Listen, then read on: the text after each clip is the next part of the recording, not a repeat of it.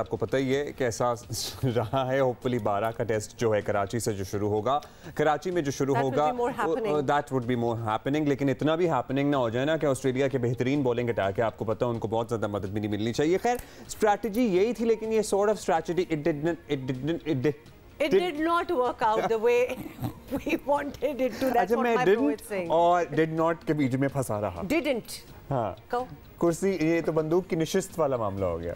यानी हर कोई आजकल जो है ना वो जो है वो कुछ और भी मैं कहने लगी थी, बट एनीवे आपको पता है आजकल एक मीम भी बना हुआ है बड़ा ज़बरदस्त किस्म का, जो जिसका मैं आइडिया दे रही थी कि इसका एक NFT ले लेना चाहिए। सफल ज़बान गई थी वहाँ पे, वो कुछ नहीं हुआ था, बिल्कुल इसी किस्म का था। पाकिस्तान और ऑस्ट्रेलिया के दरमियान आपको पता है पहला टेस्ट बेनतीजा ख़त्म हो गया, लेकिन रावलपिंडी की डेड पिच अब भी मौजूए बहस बनी हुई है और 24 साल बाद ऑस्ट्रेलिया जो है वो पाकिस्तानी सरजमीन पर एक्शन में देखने वाली फैंस तो ऑब्वियसली मायूसी हो गए। वज़ीर इत्तलात भी पीछे नहीं रहे, फवाद चौधरी ने भी इसके बारे में जिक्र कर दिया और ट्वीट किया कि तारीखी टेस्ट के लिए पीसीबी के डेड विकेट के इंतखाब पर मायूसी हुई है। रमीज़ राजा साहब ने इसकी एक लंबी चौड़ी एक्सप्लेनेशन भी दी है, इसी पे बात कर लेते हैं। सिकंदर बख्श से बात कर लेते हैं, सुनी ली होगी आई एम श्योर आप लोगों ने सबने। उन्होंने कहा जी हम सपोर्ट नहीं कर सकते थे, इतनी अरसे बाद आ रही थी ऑस्ट्रेलियन टीम और तो? हमारा फुल स्ट्रेंथ स्क्वाड नहीं था और हमने खुद से ये पिचेस बनाई हैं और ये सारा कुछ हुआ है। So Siku, thank you for being with us. Siku ज़रा बताइए, आपने वो एक्सप्लेनेशन सुनी है, हम आपकी राय जानना चाहते हैं क्योंकि आप भी सेम एरा से हैं, इसलिए नहीं मतलब कि यू नो एक्सपीरियंस उतना ही एक्सपीरियंस भी है। अब्दुल्ला, सबसे पहले तो आपने भी वही बात की अभी स्टार्ट में जो कि रमीज़ राजा ने की है कि जो इतने अच्छे उनके बॉलर हैं, हमें उनको जो है नहीं मैंने उन्हें कोट किया। अच्छा, उनको कोट किया, मगर मुझे ऐसा लगा आप खुद कह रहे थे कि नहीं उन्होंने यही कहा था ना कि जी हमारा फुल स्ट्रेंथ नहीं है, उनके बड़े अच्छे बॉलर हैं और वो हाँ खैर मैंने भी ये कहा था, मैंने भी ये कहा था कि कराची में इतना भी इजी ना बाउंसी ट्रैक ना हो जाए ना कि हमारा हशर नशर हो जाए। फिर यस ही डिड। वही चीज देखें, जो आपने बात कही वही रमीज़ राजा ने की। आजकल का जो माहौल है ना जो इस वक्त चल रहा है, उसमें यह है कि जो भी पावर में आता है कि वो बड़ी बड़ी बातें करता है, उसके बाद फिर उसके पलट जाता है, वो कर नहीं पाता। तो जब रमीज़ राजा बहुत अच्छे हमारे दोस्त हैं, वो नाराज हो जाएंगे, हो जाए मेरी अपनी जॉब है, मैं अपनी जॉब पूरी करूंगा।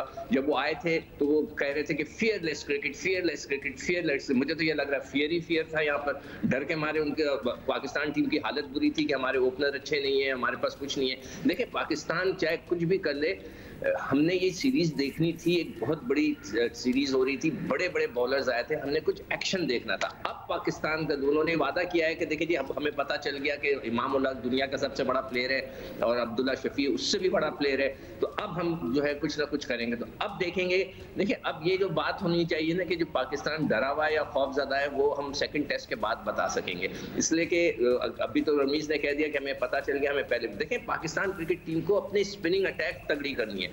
हमें अपने पड़ोसी मुल्क से सबक सीखना चाहिए जो 3 या 4 दिन में टेस्ट मैच ही खत्म कर देते हैं। वो किस तरह करते हैं कि वो स्पिनिंग ट्रैक बनाते हैं, हमारे पास स्पिनर्स ही नहीं है, आप कहां से लेकर आएंगे? यासिर शाह अनफिट है, आपके पास स्पिनर ही ऐसा कोई नहीं है कि जिसके वजह से आप बना सके।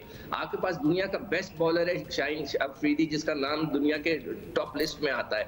आपके पास दुनिया के 2 बड़े बैट्समैन हैं रिजवान और बाबर, मगर आप खौफ, आपने तो फियरलेस किया था, आप फुल ऑफ फियर हो, तो आपको डर लगा हुआ है कि आप हार जाओगे। हार जाते मगर एक कुछ हम अच्छी क्वालिटी ऑफ क्रिकेट तो देखते।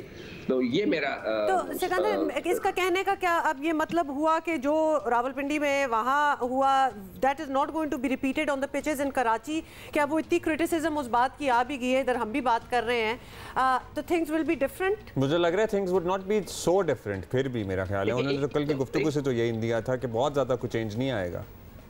रमीज़ ने एक चीज तो कह दी है कि वो बाउंसी ट्रैक नहीं होंगे, गेंद लो रहेगा। देखिए ऑस्ट्रेलियन जो है वो आते हैं ना, वो जब ऑस्ट्रेलिया में खेलते हैं तो गेंद ऊपर आता है तो वो खड़े होकर इस तरह के शॉट्स खेलते हैं, मगर पाकिस्तान में गेंद बाउंस लो होगा तो उनको झुककर खेलना पड़ेगा, इसलिए उनको अपने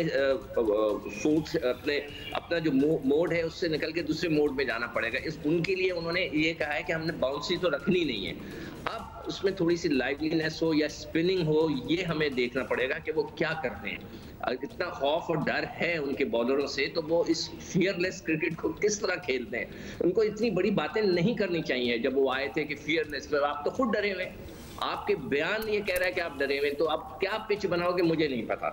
चलें अब तो ये फिर 12 को देख लेंगे तो फिर पता लग जाएगा। लेकिन उन्होंने ये कह दिया था कि भाई पहली तो डेड थी लेकिन अगली भी सॉर्ट ऑफ डेड ही होगी, मतलब कोई बाउंसी एक्सपेक्ट ना करें। डेड होगी ये कह रहे थे। आपकी जो पिच होगी वो वेंटिलेटर पे होगी, मतलब है कि सांसें पहले डेड थी फिर वेंटिलेटर, अभी हम बिल्कुल जिंदगी की अभी हम उसको रिससिटेट कर रहे हैं, कुछ जगाने की कोशिश कर रहे हैं। Okay Sikandar, thank you so much.